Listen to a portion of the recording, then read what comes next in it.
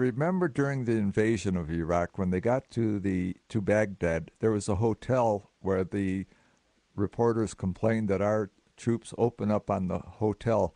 Now, just as a background for civilians, there are command vehicles. These are armored vehicles that have nothing but electronics in them, and they have two screens. And the unit commander sat in front of the left screen. The JAG, the lawyer, sat in front of the right screen. The troops said we're taking fire, and they were wearing those cameras that live stream on their helmets, and you could see the windows lit up from muzzle blasts. And the guy radioed in, we're receiving fire from this hotel, permission to return fire. The JAG was sitting there seeing the same thing. He said approved, and the battalion commander said approved. That all took a matter of seconds, but yeah, the apparently the reporters didn't see the Iraqi army above them firing but it was on film. It was on live streaming.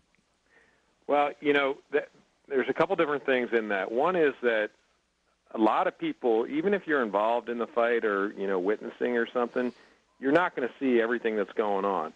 And so these reporters that might be saying, oh, my goodness, I'm getting shot at, may not see the, Iraqi guys right above them or the Al-Qaeda right above them firing, on our troops. And so their perspective may be completely different than what, the troops' perspective is.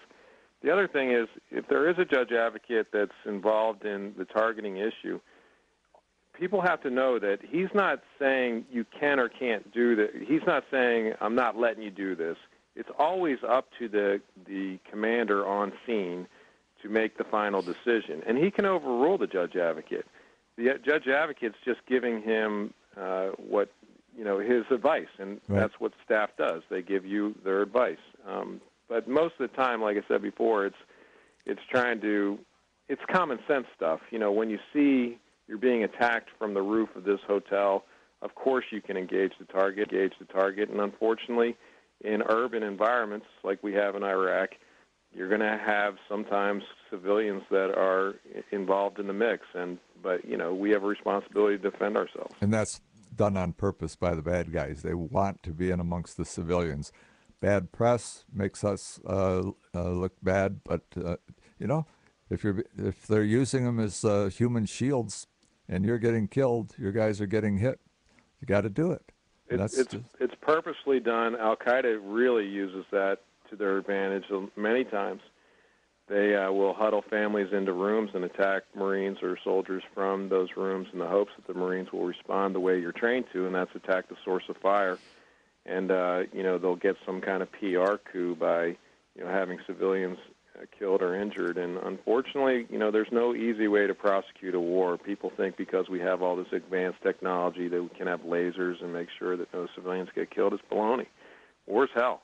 And anybody that has been in war knows that it is hell, and there's no easy way to do it. And unfortunately, bad things happen. That's why we got to make sure that when we go to war that we do it for the right reasons. And unfortunately, in Iraq and Afghanistan, it happened in Vietnam as well. The longer wars go on, I've seen, the more unpopular they become amongst politicians and press.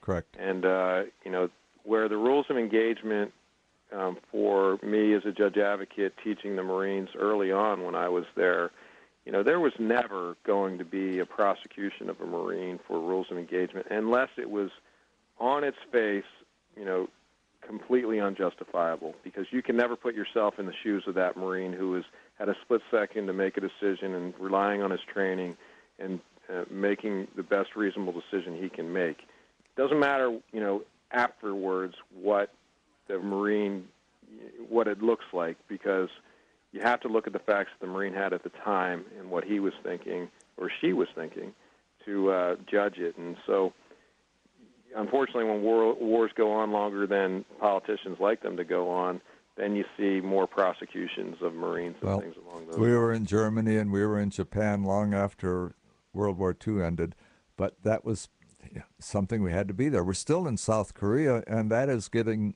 heated up again. And since the ceasefire of the Korean War, there's never been a truce. It's never been the war has not ended officially. We have lost 1,400 GIs along the demilitarized zone in Korea. We have 20 seconds left, so we can't get into a long-winded conversation here, Brian.